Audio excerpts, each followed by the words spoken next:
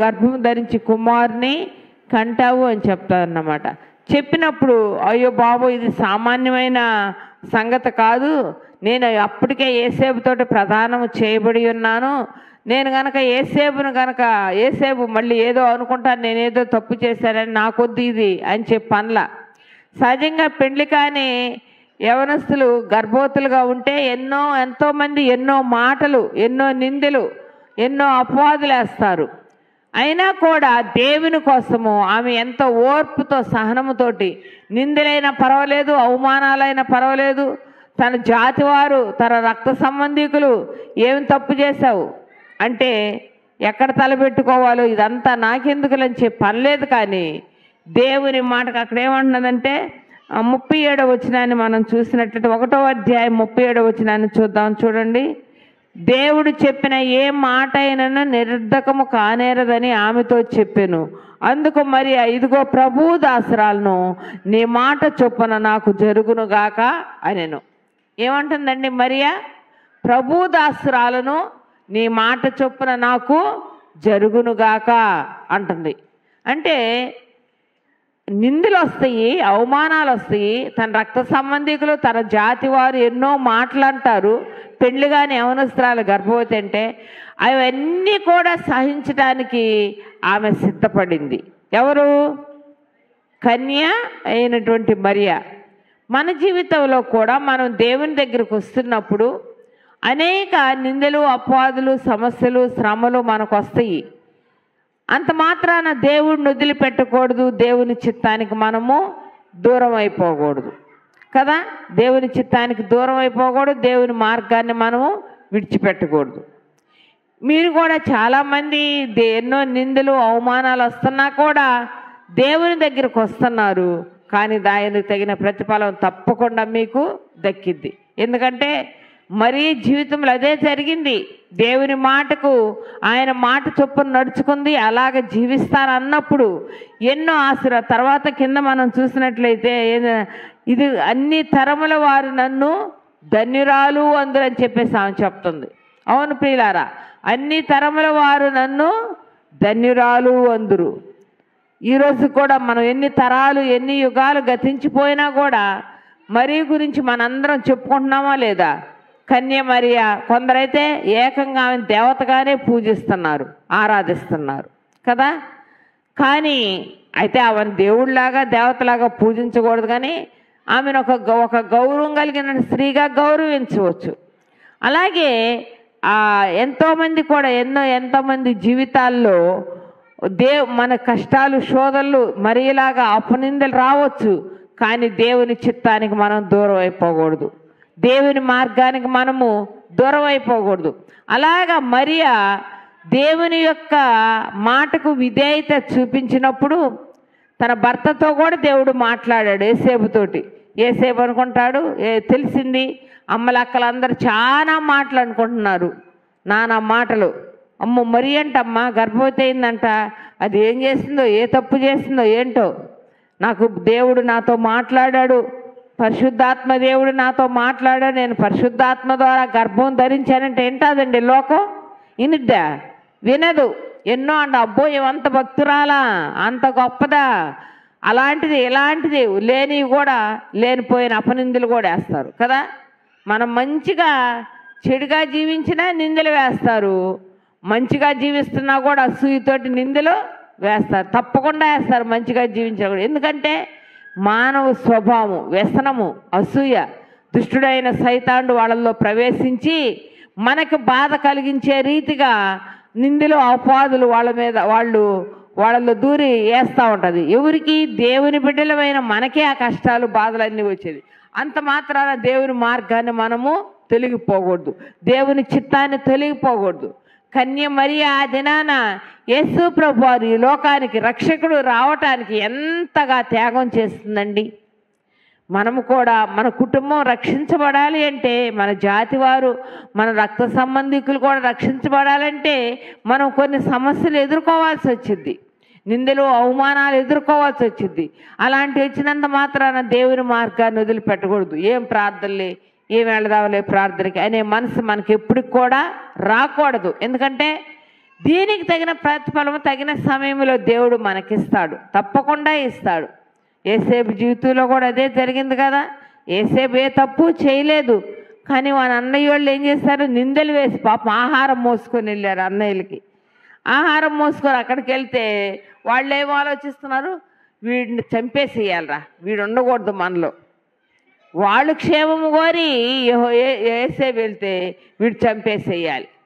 మనం ఎవరి క్షేమం కోరుతారో వాళ్ళే మనకి కీడు తలపెడతారు. ఎందుకంటే సైతాను మనల్ని ప్రేమించే వారిలోనే దూరిద్ది మనకు శత్రువులుగా చేయటానికి. కాబట్టి అంత మాత్రాన మనం దేవుణ్ణి దూషించకూడదు, వాళ్ళని దూషించకూడదు. కొంత ఓర్పు సహనాన్ని మనం పాటిస్తే తప్పకుండా దేవుడు మనల్ని సింహాసనాన్ని ఎక్కిస్తారు. ఎందుకంటే ఇక్కడ మనం చదువుకున్న భాగంలో అదే ఉంది, ఆయన్ను ప్రేమించే వారి విషయంలో ఆయన సింహాసనాన్ని ఇస్తాడు. సింహాసనం నుండి బలవంతులను పడద్రోసి దీనులను ఎక్కించును. వాళ్ళు హృదయ ఆలోచనలు వేసే గర్విష్ఠులను చెదరగొట్టును.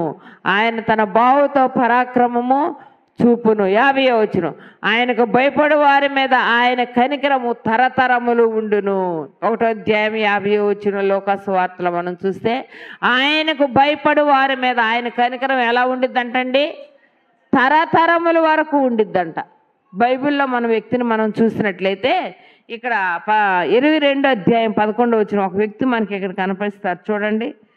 22:11 మనం చూసినట్లయితే 22వ అధ్యాయం 11వ వచనం ఎన్నమ్మా, ఆదికాండము 22:11. ఆదికాండము, నేను వేరే చెప్పానా? ఆదికాండం చూడండి. యెహోవా దూత పరలోకము నుండి అబ్రహామా అబ్రహామా అని అతన్ని పిలిచెను. అందుకు అతడు చిత్తము ప్రభువా అనెను. అప్పుడు ఆయన ఆ చిన్నవాని మీద చెయ్యి వేయకము, అతన్ని నేమియు చేయకము, నీకు ఒక్కడై ఉన్న నీ కుమారుని నాకు వెనుదీయలేదు కనుక నీవు దేవునికి భయపడువారు అని ఇందువలన నాకు కనబడుచున్నది. ఏంటంటే అండి, ఎవరికి భయపడేవాడుగా ఉన్నాడు ఇక్కడ అబ్రహాము? దేవునికి భయపడే వ్యక్తిగా కనబడుతున్నాడు. ఎందుకంటే అబ్రహాముకి లేక 100 సంవత్సరాల వయసులో ఒక కుమారుడు జన్మించాడు. ఆ కుమారుని పేరు ఇస్సాకు. అతడు 17-16 సంవత్సరాల వయసు వస్తున్న సమయంలో ఒక దేవుడు ప్రత్యక్షమై మాట్లాడుతున్నాడు, అబ్రహామా అబ్రహామా, నీకొక్కగానొక్కడై ఉన్నటువంటి నీ కుమారుని, ఒక్కగానొక్కడైనటువంటి నీ కుమారుని నాకు మోరియా పర్వతాన్ని తీసుకొచ్చి బలి ఇవ్వు అని అంటాడు. అనేలేకి అసలు స్టన్ అయిపోతాడు. కానీ దేవుడు చెప్పాడు కదా అని తన భార్యతో కూడా చెప్పకుండా తన కుమారుణ్ణి కట్టెలను తీసుకొని గాడిదను వెంట పెట్టుకొని గాడిద మీద ఎక్కించుకొని వెళ్తాడు. మోరియా పర్వతం దగ్గరికి వెళ్ళిన తర్వాత ఆ బలిపీఠం కట్టాడు. పర్వతం మీద తన కుమారుడికి కాళ్ళకు గంతలు కట్టాడు, కాళ్ళు చేతులు కట్టివేశాడు, దాని మీద పండబెట్టాడు. దేని మీద? ఆ బలిపీఠం మీద. ఎలాగ బలిపీఠం ఉంటే బలిపీఠం మీద కట్టిన బలిపీఠం మీద పండబెట్టాడు. అయినప్పటికీ కూడా ఇస్సాకు ఎంత దీనుడంటే తండ్రి మాటకి ఎంతో విధేయత చూపించేవాడుగా కనబడుతున్నాడు. యవనస్తులైన పిల్లలకు చెప్తున్నాను, తల్లిదండ్రులకి ఎంత విధేయత చూపిస్తే అన్ని ఆశీర్వాదాలు దేవుడు మనకిస్తాడు. తల్లిదండ్రులు చెప్పినట్లు విని విధేయతగా ఉండి మీరేంది చెప్పేది అనబాకండి. వాళ్ళు చెప్పినట్లు వింటే ఎన్నో ఆశీర్వాదాలు. యేసేపు ఇస్సాకు 16-17 సంవత్సరాల వయసు కలిగినటువంటి వాడు.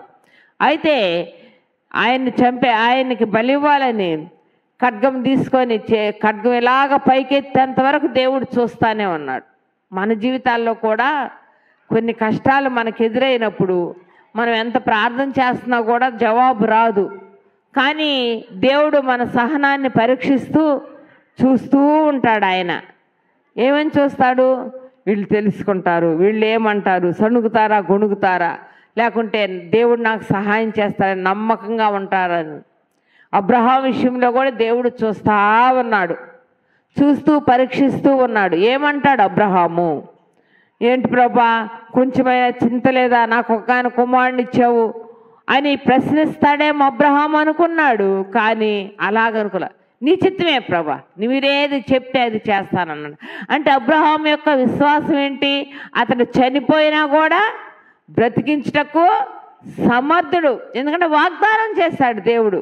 ఎందుకంటే నీ సంతానాన్ని నేను దీవిస్తాను, నీ సంతానాన్ని ఇసుక రేణువు వలె విస్తరింప చేస్తానని దేవుడు వాగ్దానం చేశాడు. కాబట్టి వాగ్దానం చేసిన దేవుడు నమ్మదగిన వాడు.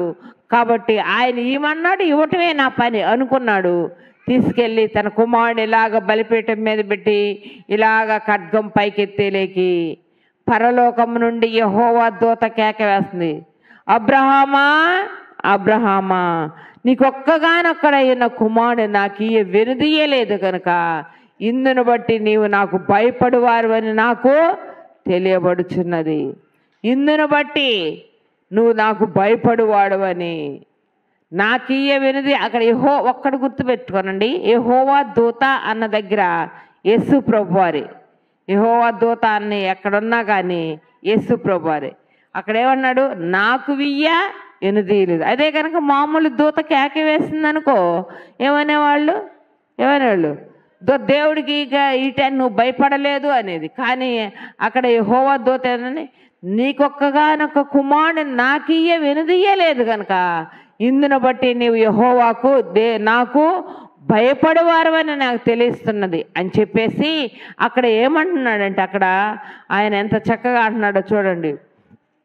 దేవుడు తర్వాత అబ్రహాముతో మళ్ళీ వెంటనే ఆ కుమారుని మీద చేయి వేయబాకని చెప్పినప్పుడు వెనక్కి తిరిగి ఇలా చూడంగానే కొమ్ములు తిరిగిన పొటేలు అక్కడ కనబడింది. సంతోషంగా దేవునికి బలి ఇచ్చి ఆ ప్లేస్కు యెహోవాయే చూచుకొనును. అవును ప్రియులారా, మన జీవితాల్లో ఎదురయ్యే కష్టాలు బాధలు ఎలాంటివైనా కూడా మనము యెహోవా మీద ఆనుకోవటం మనం నేర్చుకుంటే ఆయన చివరి దాకా పరీక్షిస్తాడు. ఇంకా డబ్బులు అడిగామనుకో, ఇంకా రాలేదేంది అని చెప్పేసి మనం ఎదురు చూస్తూ ఉంటాం. కానీ చివరి అని ఎదురు చూడాలి, అంతేగాని దేవుడి మీద సనగటం గొడగటం అటు ఇటు పరిగెత్తడం ఆ పనులు చేయకూడదు. అబ్రహామును దేవుడు ఎప్పుడు దాకా పరీక్షించాడండి? పరీక్షించారు? తీసుకొని వెళ్తున్నాడు. ఇంకా సాలి అబ్రహామా నా మాట విన్నట్టే అన్నాడా? అనలా. కళ్ళకు గంతలు కట్టేటప్పుడైనా కూడా కళ్ళకు గంతలు కడతా అంటే ఈటానికి ఇష్టపడ్డాడులే, ఇంకా చాలు అబ్రహాం అనలా. ఎప్పుడు చివరి గడియలో ఖడ్గం పైకెత్తి కానీ ఇలా దించబోతున్న సమయంలో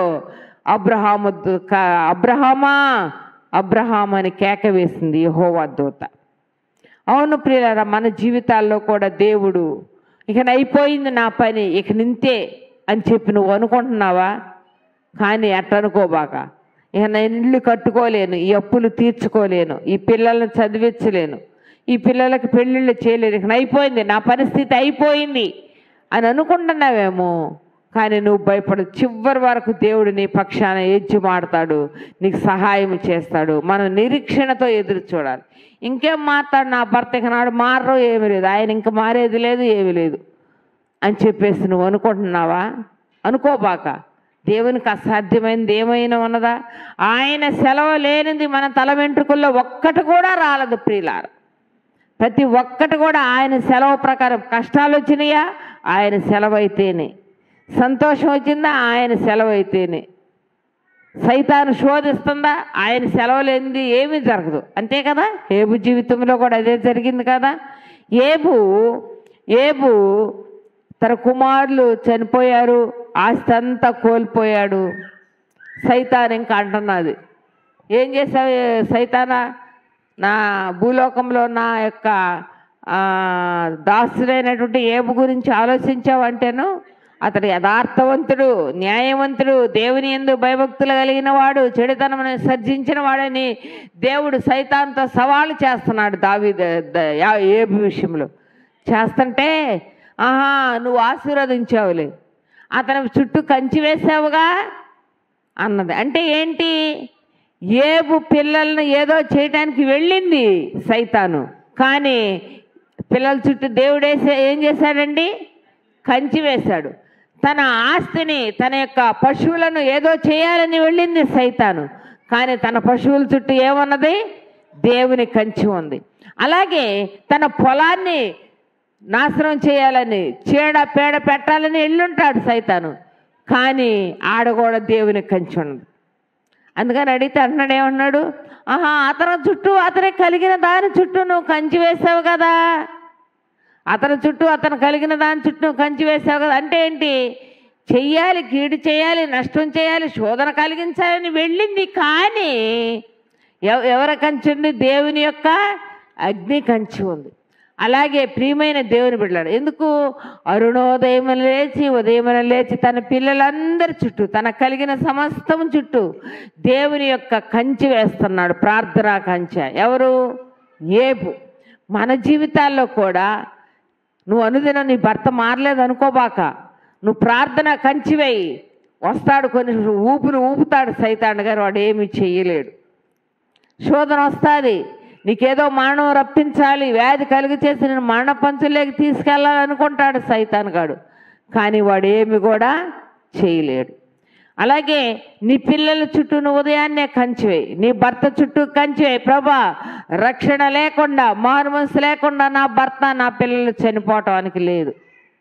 అందుకే దావీదు చక్కటి ప్రార్థన చేస్తారు. 2వ సమూయేలు 7వ అధ్యాయం 29వ వచనంలో మనం చూసినట్లయితే, నీ ఆశీర్వాదము నుండి నా కుటుంబము నిత్యము నీ సన్నిధిలో ఉండులాగున చేయి ప్రభా అని ప్రార్థన చేస్తాడు దావీదు. అవును ప్రియమైన దేవుని బిడ్డలారా, నిత్యము ఆయన సన్నిధిలో ఉండాలని అనుదినము మన దేవుని కంచె కాపుదల కోసం, ప్రార్థనా కంచె కోసం ప్రార్థన చేసుకోవాలి. ఇలాగ అబ్రహాము దేవునికి భయపడి తన కుమారుని ఎనుదీయలేదు కనుక ఆయన సహనాన్ని, ఆయన ఓర్పును చూసినటువంటి దేవుడు పరలోకము నుండి ఆ పిల్లవాడి మీద చేయవేయొద్దని మరొక వాగ్దానం చేస్తున్నాడు. చూడండి ఏ వాగ్దానం అక్కడ చూద్దాం. 22వ అధ్యాయం చివరి వచనంలో చూద్దాం. చూడండి ఆ వాక్యాన్ని. యెహోవా ఈరే అని పేరు పెట్టి అక్కడ 15వ వచనం నుండి చదవమ్మా. 15 చదవండి. 22:15. 22 ఆదికాండము 22:15.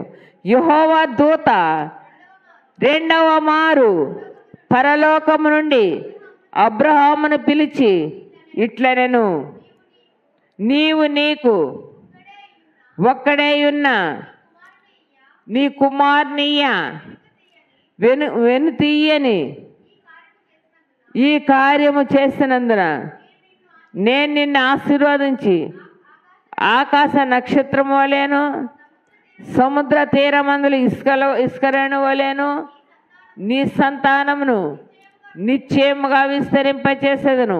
నీ సంతతి వారు తన శత్రువుల గవనిని స్వాధీనపరచుకొందురు. మరియు నీవు నా మాట విన్నందున, పెద్దగా చదవమ్మా స్పీడ్గా, భూలోకంలోని జనములన్నీ నీ సంతానం వలన ఆశీర్వదింపబడును. నా తోడని ప్రమాణము చేసి ఉన్నానని యెహోవా సెలవిచ్చెను. ఏమంటున్నాడండి?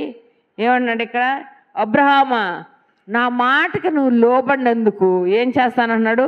నేను నిన్ను ఆశీర్వదించి ఆకాశ నక్షత్రములను సముద్ర తీరమందులు ఇసుకరేణు వలెను నీ సంతానం నిశ్చయముగా విస్తరింపచేస్తాను. నీ సంతతి వారు తమ శత్రువుల గౌనిని స్వాధీనపరుచుకొందురు. ఎంత చక్కటి వాగ్దానము దేవుడు చేస్తున్నాడు చూడండి ప్రియులారా. ఎవరికి? దేవునికి భయపడే వారి విషయంలో నీ సంతతిని నేను దీవిస్తాను, ఈ భూలోకంలో విస్తరింపచేస్తాను. నిన్ను నీ శత్రువుల గవిని నీ సంతతి వారు స్వాధీనపరుచుకొందురు. ఎంత ఆశీర్వాదం అండి! ఇక్కడే కాదు అబ్రహాము యొక్క ఆశీర్వాదం, పరలోకములో కూడా విశ్వాసులకు తండ్రిగా ఆయన పిలువబడుతూ దేవునికి భయపడేవారిగా, దేవునికి లోబడేవారిగా ఉన్నాడు. ఇక్కడ అదే మరీతో అదే అంటుంది, ఆయనకు భయపడే వారి విషయంలో ఆయన ఏం చేస్తాడంట? ఆయనకు భయపడే వారి విషయంలో ఆయన దీవించేటువంటి వాడు, ఆయన సింహాసనాన్ని ఎక్కించేటువంటి వారు. చూడండి అక్కడ ఇందాక లోకసువార్త మనం చూసాం కదా, ఆయనకు భయపడే వారి విషయంలో కనికరము చూపి ఆయన కనికరము తరతరములకు ఉండును. ఆయన తన సేవకుడైన ఇశ్రాయేలునకు సహాయము చేసెను. అబ్రహామునకును అతని సంతానమునకును యుగాంతము వరకు తన కనికరము చూపి జ్ఞాపకము చేసుకొందునని మన పితరులతో సెలవిచ్చాను. ఎప్పుడు వరకు అంటండి? యుగాంత వరకు. ఈ భూమి ఉన్నంత కాలము అబ్రహాము సంతానం ఆశీర్వదించబడుతుంది. ఈ లోకములోనే కాదు ప్రియులారా, పరలోకములో కూడా తన సంతానం దీవెనకరంగా ఆశీర్వాదకరంగా మార్చబడుతుంది. కాబట్టి ప్రియమైన దేవుని బిడ్డలారా, మన యొక్క జీవితంలో మనం చూసినట్లయితే మనము దేవుని చిత్తమును నెరవేర్చేవారిగా ఉన్నామా? ఆయన కనికరము తరతరములకు ఉంటును, మన పిల్లల పిల్లలకు అది దీవెనకరంగా ఉంటుంది. అలాగే అది నాన్న అబ్రహాము లోబడ్డాడు, దేవుని మాటకు భయపడ్డాడు, తన పిల్లలను దేవుడు ఆశీర్వదించాడు. అలాగే విధేయత చూపించింది మరియా, ఎంతగా తన యొక్క పేరు ఈ దినము కూడా అన్ని తరముల వారు కూడా ఆమెను ధన్యురాలు అని అంటున్నారు. ఏమంటున్నారండి? అన్ని తరముల వారు ఆమెను ధన్యురాలుగా పిలుస్తారు.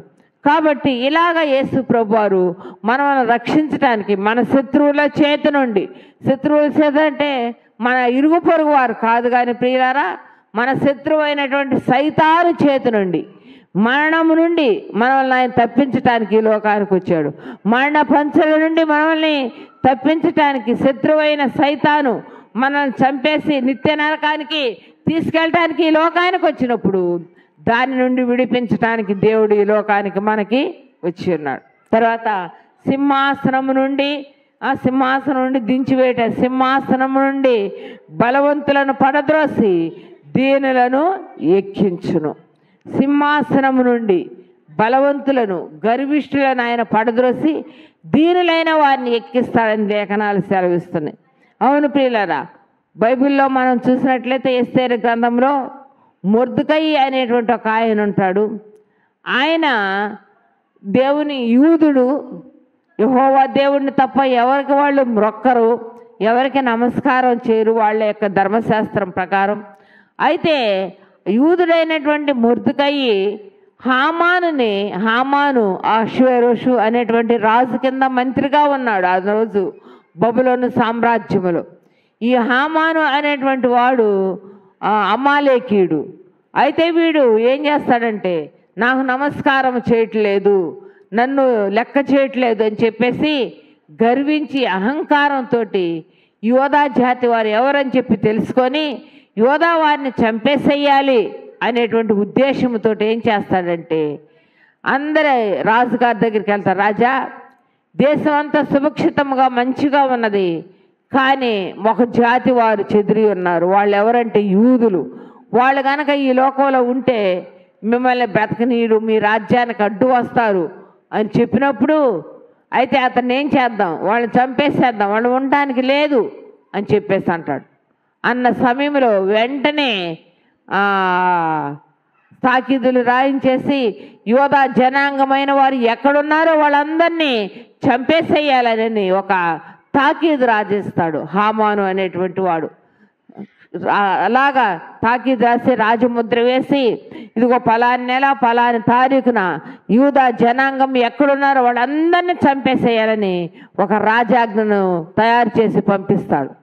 అలాగా రాజాజ్ఞను తయారు చేసి పంపించిన సమయంలో అక్కడ జరిగింది ఏంటంటే, యూదుడైనటువంటి మొర్దెకై చూసి, అయ్యో నా జాతి వారు చనిపోతున్నారు, నశించిపోతున్నారని గోనె పట్టగట్టుకొని తల మీద ధూళి పోసుకొని ఆయన దేవుని సన్నిధిలో ఆయన తన యొక్క పెంచుకున్న కుమార్తె అయినటువంటి ఎస్తేరు కలిసి ప్రార్థన చేస్తారు. ఎస్తేరు వీళ్ళ తల్లిదండ్రులు లేని అనాథగా ఉన్న ఎస్తేరును దేవుడు, అనామకురాలైన ఎస్తేరును ఏం చేశాడండి, ఆ దేశాలకి రాణిగా చేశాడు. దేవుడు తలంచుకుంటే మనం అనుకోవచ్చు, మేము తల్లిదండ్రులు లేని వారం అండి, మాకు తండ్రి లేడండి, మాకు తల్లి లేదండి, మాకెవరు బంధువులు లేరండి, మమ్మల్ని ఆదరించేవాళ్ళు లేరండి అని అనుకుంటున్నారేమో. కానీ వాళ్ళన్నిటికంటే మించిన గొప్ప దేవుడు మనకున్నాడు. సర్వశక్తిమంతుడైన దేవుడు, సర్వాధికారంలో కలిగినటువంటి దేవుడు. ఆయన ఏమన్నాడంటే, నాకు మొరపెట్టము, నేను నీకు ఉత్తరం ఇచ్చేదను, అప్పుడు నీవు నన్ను మహిమపరచెదవు అని చెప్పాడు. కాబట్టి అంత గొప్ప దేవుడు మనకున్నాడు. కాబట్టి అప్పుడు ఒక భక్తుడు అన్నాడు కదా, మీరు అనాథలు కాదు, దేవుని ఎరుగని వారు అనాథలు, దేవుణ్ణి తెలుసుకోలేనటువంటి వారు అనాథలు. దేవుణ్ణి కలిగి ఉన్న మనం ఎవ్వరం కూడా అనాథలమో కాదు, దిక్కులేని వారమో కాము. దేవుడు మనకి ఎల్లప్పుడూ తోడుగా ఉంటాడు. వాళ్ళు బానిసలుగా ఉన్నారు బబులోను దేశంలో, యోధా జాతి చాలా బానిసలుగా ఉన్నారు. అయినా కూడా మా దేవుడు రక్షించుటకు సమర్థుడు అనుకొని అలాగ ఉన్న సమయంలో ఈ హామాను అనేటువంటి వాడు వాళ్ళందరినీ చంపేసేయాలని తాగీతులు రాసి నిర్ణయించినప్పుడు ఎస్తేరు ఆ తర్వాత మొర్దెకై దేవుని సన్నిధిలో ప్రార్థన చేసినప్పుడు దేవుడు ఎస్తేరు ఎళ్ళ రాజుగారికి దయ కలిగిస్తాడు. రాజుగారికి దయ కలిగించిన తర్వాత ఆమె ఒక కోరి దయ్యా నా జాతి వారిని రక్షించండి, నా జాతి వారిని చంపేయటానికి తాగీతులు రాశాడు ఈ హామాను అని చెప్పినప్పుడు అదే సమయంలో ఆ రాత్రి నిద్ర పట్ల రాజుగారికి నిద్ర పట్టక రాజ్య సమాచార గ్రంథం తెప్పించి చదువుతూ ఉన్నాడు. రాజ్య సమాచార గ్రంథం అంటే ఏ రోజు ఏం జరిగినాయో అని ఒక దినచర్య ప్రకారం ఆ గ్రంథంలో రాస్తూ ఉంటారన్నమాట. ఆ గ్రంథం తెచ్చి చదువుతూ తీరగ్గా ఉన్నప్పుడు చదువుతారు. ఆ గ్రంథం తీసుకొచ్చి రాజుగారు చదువుతున్న సమయంలో ఏం జరిగిందంటే మొర్దెకై అనేటువంటి ఆయన బిక్తాను తెరేషు అనేటువంటి వీళ్ళిద్దరు కూడా ఆ చంపటానికి ప్రయత్నం చేశారు. ఆ టైంలో మొర్దెకై విని ఆ రాజుగారిని చంపకుండా సహాయపడ్డాడు అని ఆ రాజ్య సమాచార గ్రంథంలో వ్రాయబడి ఉంటుంది.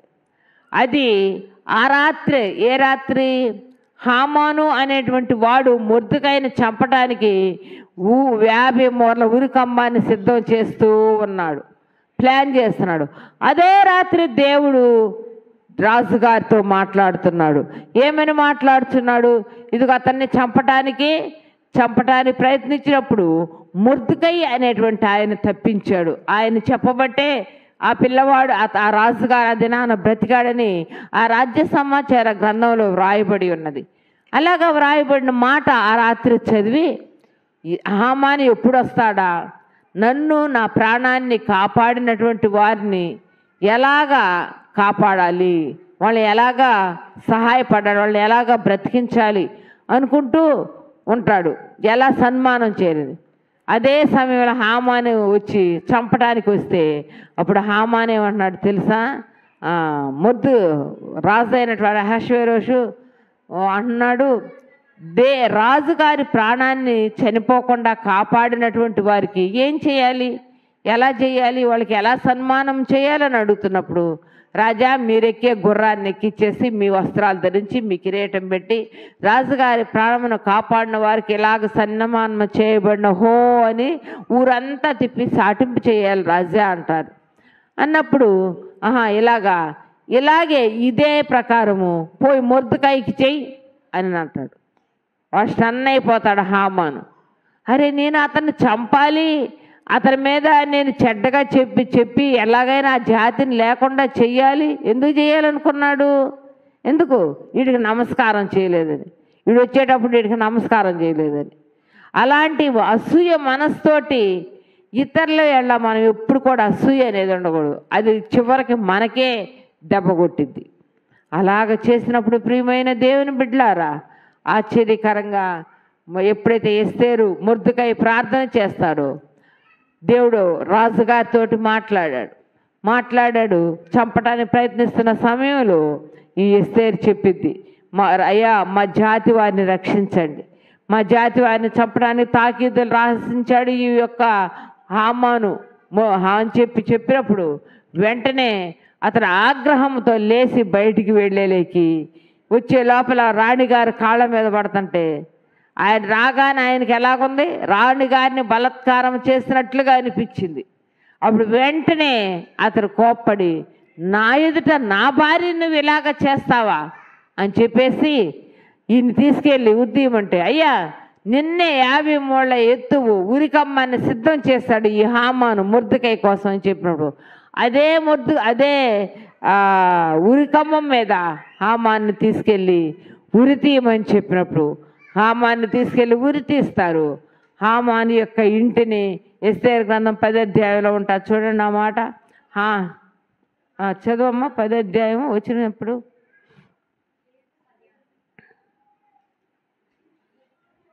కాగా 10వ అధ్యాయము అక్కడ ఎస్తేరు హామాను యొక్క 9వ అధ్యాయంలోనూ 10వ అధ్యాయంలో హామాను యొక్క ఇంటిని, హామాను యొక్క ఉద్యోగాన్ని ఎవరికి ఇస్తారండి?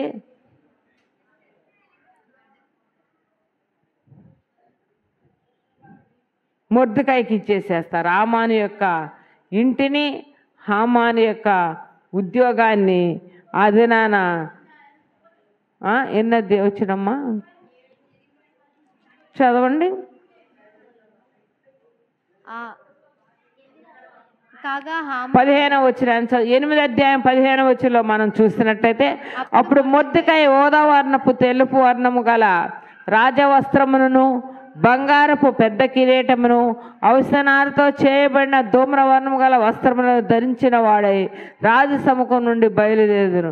అతని నిమిత్తం సూసోను పట్టణము ఆనందించి సంతోషించెను, మరి యూదులకు క్షేమము ఆనందమును కలిగిన. తర్వాత మొర్దెకై హామాను యొక్క ఇంటిని, హామాను యొక్క ఉద్యోగాన్ని ఎవరికి ఇస్తారండి? మొర్దెకైకి ఇస్తారు. అవును ప్రియులారా, దేవుని వాక్యంలో ఉంది కదా. ఇదిగో 10వ అధ్యాయం 3వ వచనం చదవండి. యూదుడైన మొర్దెకై రాజైన అహష్వేరోషునకు ప్రధానమంత్రిగా నుండి తన వారందరికీ సమాధానపు మాటలను, తన జైలు యొక్క క్షేమమును విచారించేవాడు. ఎవరికో ప్రధానమంత్రిగా ఉన్నాడండి? అహష్వేరోషు రాజు దగ్గర ప్రధానమంత్రిగా ఉండే హోదాను దేవుడు ఎక్కడి నుండి? బానిస బ్రతుకు నుండి, బానిసత్వము నుండి రాజుగారి దగ్గర ప్రధానమంత్రిగా ఉండే స్థాయికి ఆయన ఎదిగిపోయాడు. కాబట్టి ప్రియమైన దేవుని బిడ్డలారా, మన జీవితంలో దేవుడు మనకు తోడుగా ఉన్నప్పుడు ఆయన తరతరములకు ఆయన మనల్ని ఆశీర్వదిస్తాడు. అబ్రహామును ఆశీర్వదించాడు. గర్విష్ఠులైన వారిని అణగొట్టేసి సింహాసనాన్ని మొర్దెకైకి ఇచ్చాడు దేవుడు. అలాగే మన జీవితంలో కూడా సమస్యలు ఎదురైనా, కష్టాలు ఎదురైనా దేవుని సన్నిధిని వదిలిపెట్టకూడదు, దేవుని మార్గాన్ని వదిలిపెట్టకూడదు, దేవుడి మీద ఆయాసపడి గొడగకూడదు.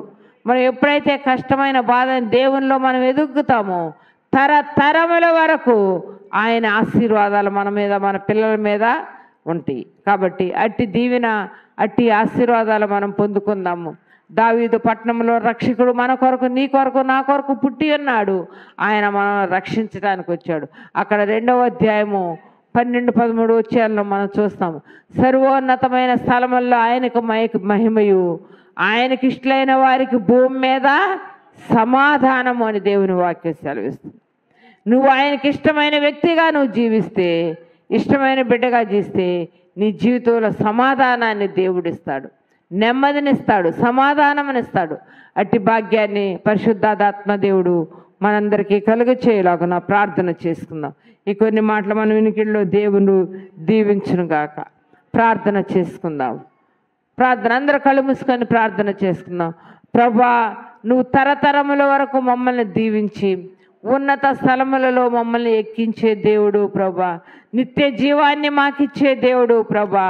ఇది స్వల్పమైన జీవితం, ఈ లోకము కొంతకాలమే, కానీ నిన్ను నమ్ముకున్న బిడ్డలకు నాయన నిత్య రాజ్యం ప్రభా, యుగ యుగాలు నీతో ఉండే భాగ్యాన్ని మాకు ఇస్తానికి ఈ లోకానికి వచ్చి నాయన మా కొరకు మమ్మల్ని రక్షించటానికి ఈ లోకానికి వచ్చిన దేవుడు నీ స్తోత్రాలు ప్రభా.